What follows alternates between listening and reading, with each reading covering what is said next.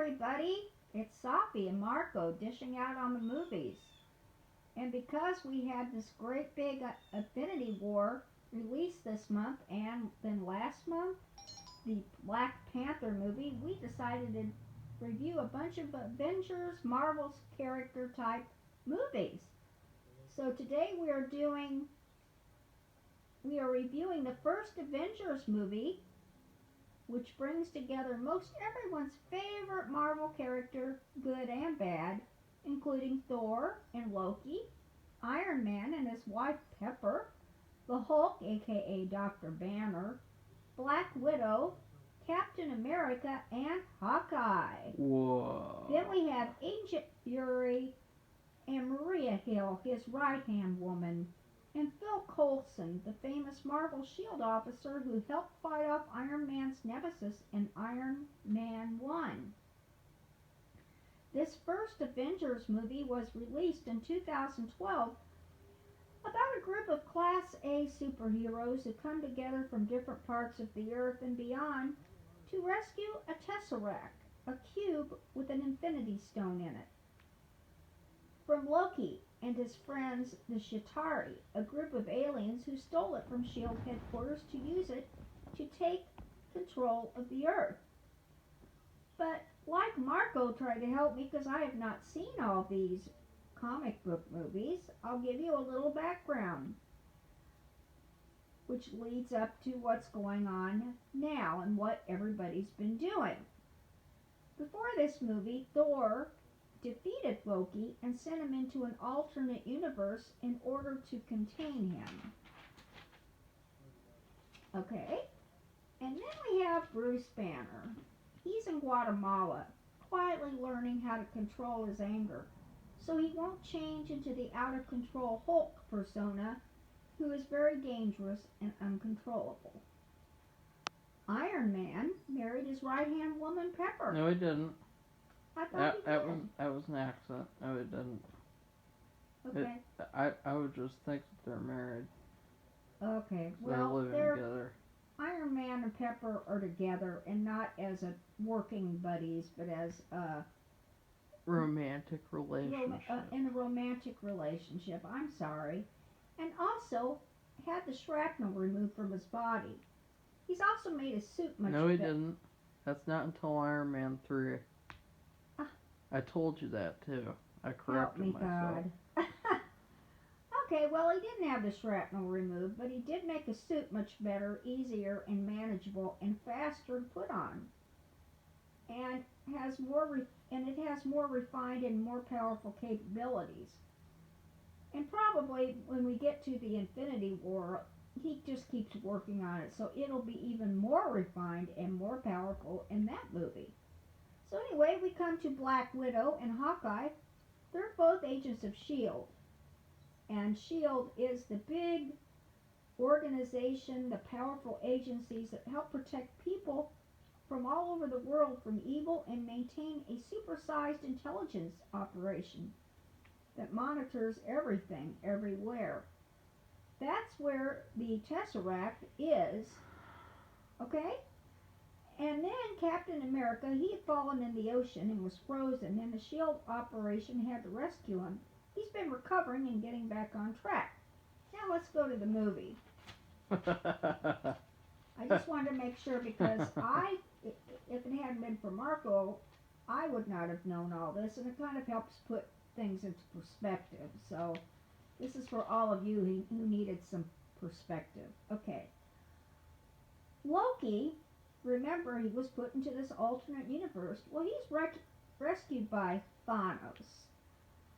Thanos is the big nemesis coming up in the Infinity War movie. Well, he's a nemesis back in this movie too, but not as in the forefront in front of everybody.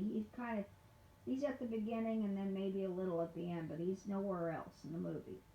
Well, he wants that Tesseract. He wants those aliens to get that Tesseract, like I said. And if that word Tesseract sounds familiar, think Wrinkle in Time, it might come to you. However, in this story, like I said, the Tesseract is a cube with an Infinity Stone. Well, Loki gets something special from Thanos. He gets a decorative staff that contains magical powers and sends him with those Shatari goons to retrieve that Tesseract That's from a S.H.I.E.L.D. that's an alien staff. That's not decorative. Well, it's a decorative alien staff, whatever. It's decorative and powerful, has some powerful magic. This staff has the ability to mind control anyone for an indeterminate amount of time. Thanos wants the Shatari to keep the Tesseract for themselves so they can control the Earth. Back on Earth at S.H.I.E.L.D., Professor Selvig, played by Stellan Skarsgård, those Swedish actors are popping up everywhere, is monitoring the Tesseract. At times its power seems to fluctuate and appears unstable, and the professor fears that it may explode. Suddenly, out of nowhere, it starts flashing and behaving wildly. They don't know what's going on, and guess what? Loki appears out of nowhere with his bad news buddies. He points the staff at the professor and instantly mind controls him. Loki grabs the Tesseract and turns Hawkeye into mind mush too. Making his escape, Agent Fury gets shocked, and no matter how hard Agent Fury and the rest of S.H.I.E.L.D. try to stop him, Loki, the professor, Hawkeye, and the alien thugs get away.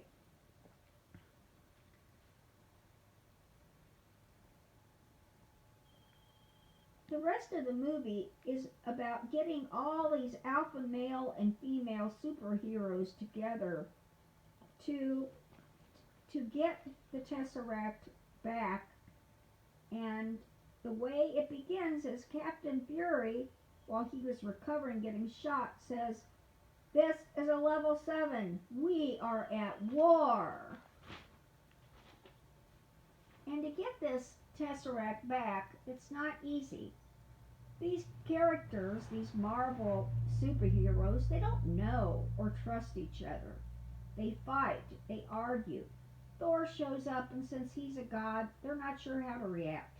Plus, he's Loki's brother, and that is even more confusing. Black Widow also has to trick Bruce Banner just to even get him to talk to her, and it takes much convincing to get his help. Thus, the movie is about all these superheroes getting together to form a cohesive team in order to get that Tesseract from Loki and his buddies. They also need to snap Hawkeye and the Professor out of their effects from Loki's mind-controlling spear. Also from the movie are foreshadowings of what is to come in the latest Avengers movie, The Infinity Wars, which was just released at the end of last month. And I'll let Marco talk now, before I rate the movie. Okay, Marco, go right ahead. What do you want to say about this movie? What did you think about it?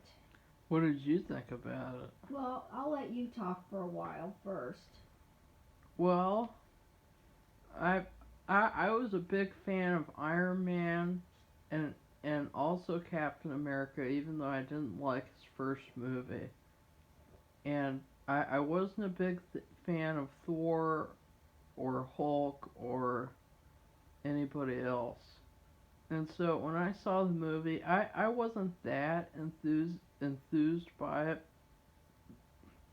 Like, you have a lot of these adults who are kids in the 80s. They think that this movie is like the best movie ever, and it's so special because all these heroes teamed up together, and I don't really consider it that special of a movie. I just think it's a big spectacle, and it's a good movie. And so I don't hold it as high regard as everybody else does. But I do think it's a great movie, a great superhero movie, a great action movie, and it's very mature, just like Iron Man. Well, Iron Man was a little bit more mature, and I like that a lot, because you're not having kids go to see this movie and make it a kids movie like Guardians of the Galaxy 1. This is a very centered movie, and I also like the script. I like a lot of the quotes, the dialogue, especially Iron Man's dialogue, and I would say my favorite part of the movie is when the superheroes meet in the forest and they fight each other. You know, Thor versus Iron Man versus Captain America. They're fighting each other. I thought that was cool. I thought some of the action dragged on a little bit near the end, but I didn't mind it as much as the middle part, which really bothered me in the original, where they're just fixing the ship's engine for like 10, 15 minutes. I really did not care about the ship's engine being fixed. Yeah, I remember you saying that you thought it was going on too long. But I mean, what they had to do to fix it, I mean, in real life, I don't even know if they could do it in that time. It just seems like such a complicated, it would be really complicated. Plus, they had to fight, didn't they fight the aliens when it was happening? And so not only did they have the difficulty of trying to Yeah, fix it. it was Loki's plan for that to happen, but I don't know. It just wasn't exciting.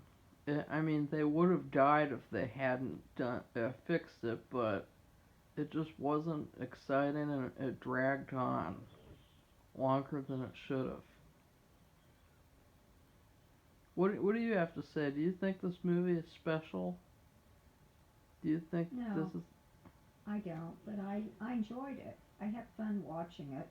And like you, and unlike that Guardians of the Galaxy movie, it didn't seem like a kid's movie to me.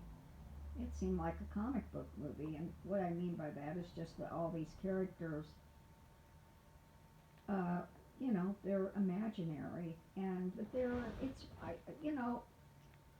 it just in reality, if you had different type A characters or type A strong personalities who all think they're special in their own way, getting together to form a team, it would be hard, and they are competing, and they don't. And then you throw a god into the mix. Gods are invincible. Gods are powerful.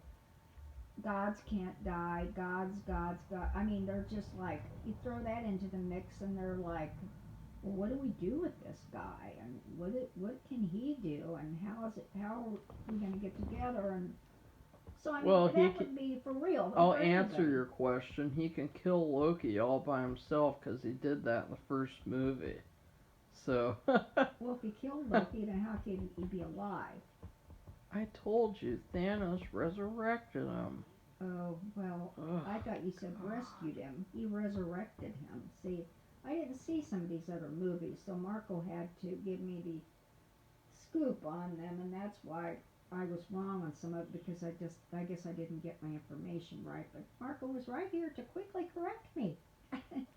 So anyway, I think too that Iron Man seems to be the The glue best that part of the movie. cements everybody together. He's kind of really, even though they're all individually powerful and strong in their own way, he kind of brings everybody together. You He didn't just, like Captain America, did you? yeah, I did. I liked. Not in this movie. Remember how he He was was in this actually movie? Captain America in this movie was very low key. I Very mean, somber. he was very somber. I really didn't.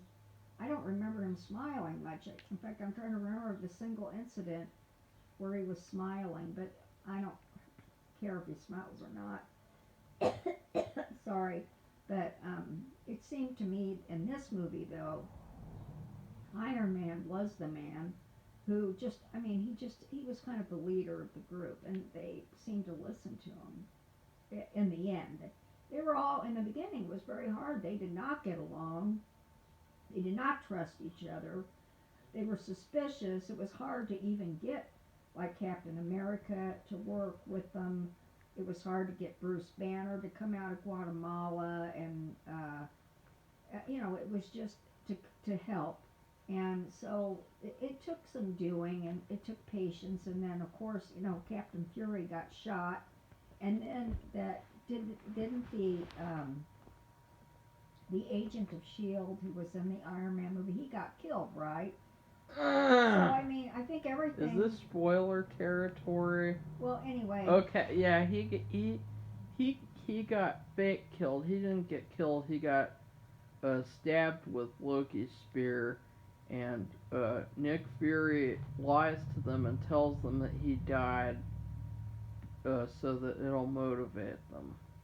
Yeah, so they have this super motivation to get the job done, and I think it was really kind of the final push to get them to work together. I mean, they forgot about each one forgot about how strong they were individually and started to work as a team.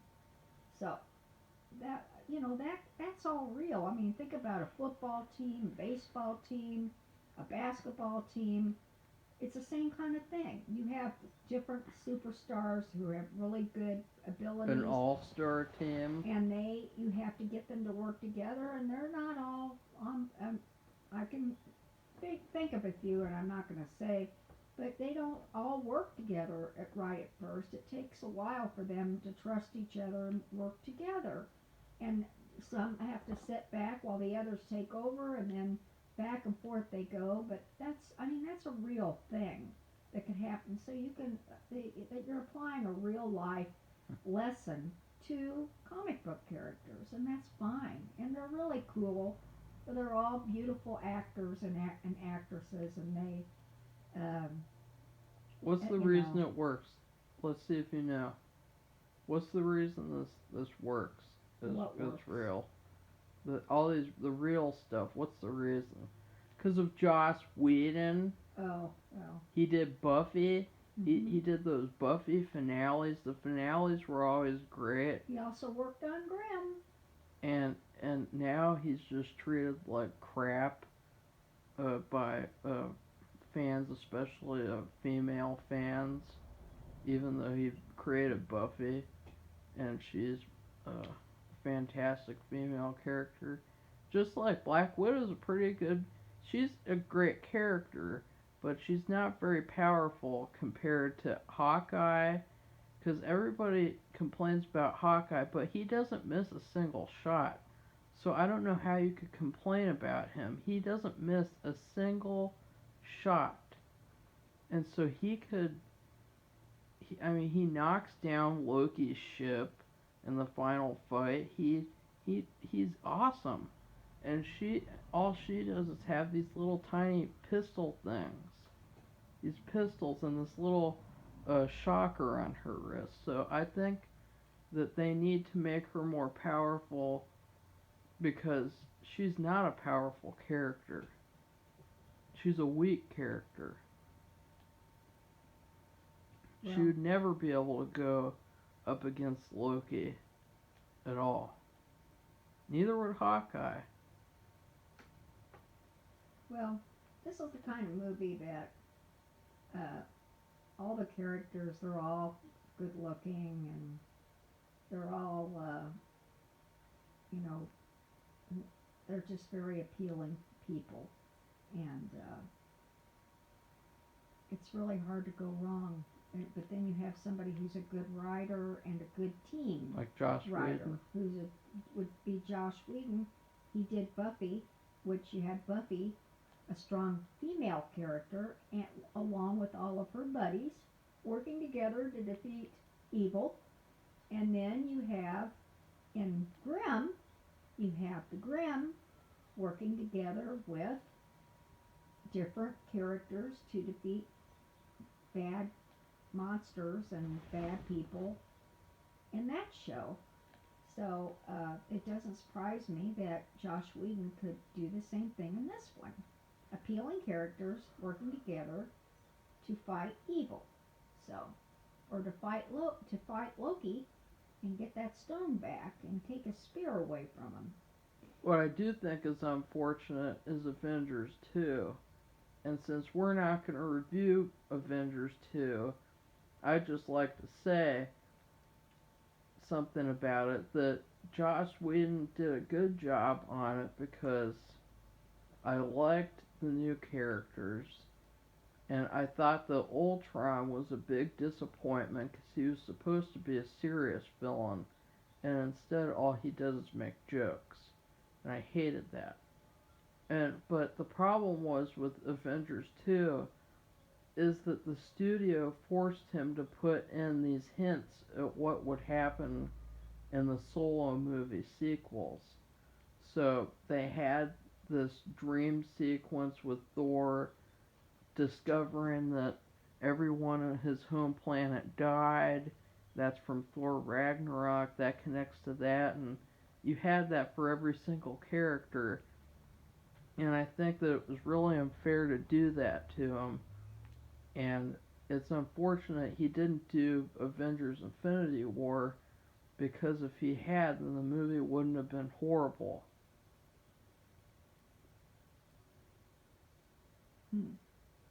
Well, we both did see the new Avengers movie, and I liked it, and I think you did too, right? No, You didn't like it at all? not at all. And you didn't like Black Panther either? I like Black Panther a lot better. Really? Well,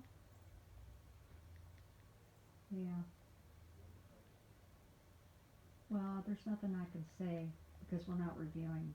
We're not reviewing that new movie because there's enough people. Yeah, we are. We are?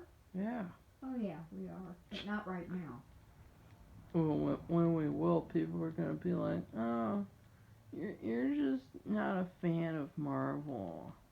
Oh, I don't care what people think. I mean, it's everybody has their own opinion, and you have to respect that. So. Avengers is a great movie.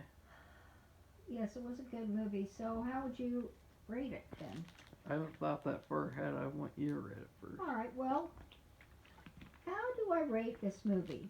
I guess I'll give it the ultimate brownie hot fudge sundae with vanilla ice cream and a brownie topped with fudge sauce, nuts, whipped cream, and a cherry.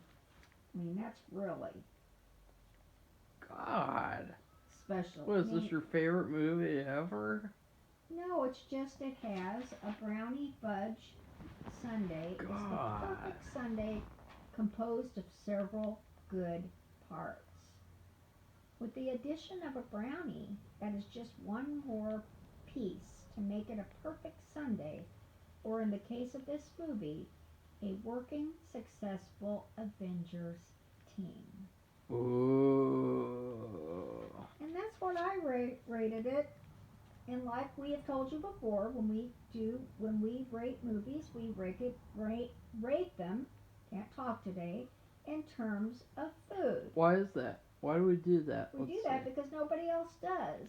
Well, also because it's very. I mean, everybody could have their own experience, so everybody has a different food that they would give it, and it's very specific to their taste. And also, it doesn't. I mean, you could say you can't do the rating comparison because a lot of reviewers get in trouble. They rate a movie higher than the other, but then they say they like the one they rated lower more, and that's confusing to people. Well, that doesn't happen here. Well, truthfully, I've not had any sundae of any kind yet, and it's been in the 80s here in Ohio. You will. And I don't know if I'll eat one, but I know that I'll at least have a hot fudge sundae. But I just know that something like that is the perfect way to rate this movie because, like I said, it's full of multiple parts, each one of them good, but together they make a perfect ice cream dessert, like a perfect Avengers team that will get Loki and get the Infinity Stone back. Alright. It's not an Infinity Stone. And the Tesseract. It's a Tesseract. The Tesseract back that contains an Infinity stone. I rate this movie a pizza with marinara sauce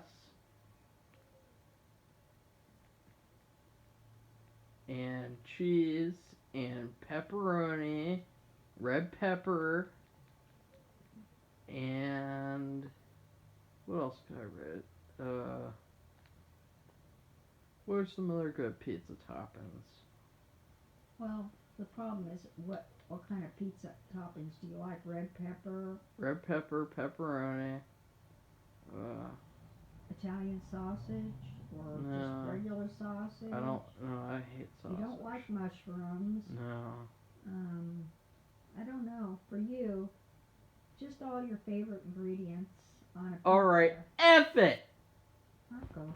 I give I give this movie a pizza with everything on it because that's easier to say, and because I mean, as you said, you're taking all these different ingredients and putting them together, and it tastes good some of the time. But don't get what was that horrible pizza we got, the vegetable pizza? Where was that from? Lou Malnati's. Yeah. We got this horrible vegetable pizza. It was probably the worst pizza I ever had. Well, we got it online. We got it delivered, and I think and you're talking about, we don't live anywhere near a Lou Malnati. It's delivered in the mail, and it came from Chicago, I guess. And After we're I put 6 it hours away, a driving distance away. after I put it in the oven, it I mean it came out, it was soggy. It tasted horrible. It was awful. The vegetables were soggy and mushy and ugh. Well, why are you bringing that up? It isn't that kind of pizza. It's, Well, it's one that you like. I'm thinking about maybe that's gonna be the rating for Infinity War. Oh, that's silly. That's just not right. Yeah, it is. No, I don't agree. Yeah. Okay. Okay, well, I think we should wrap it up I now. give it a pizza with everything on it. So Iron Man is pepperoni, of course, because pepperoni is the best part of the movie.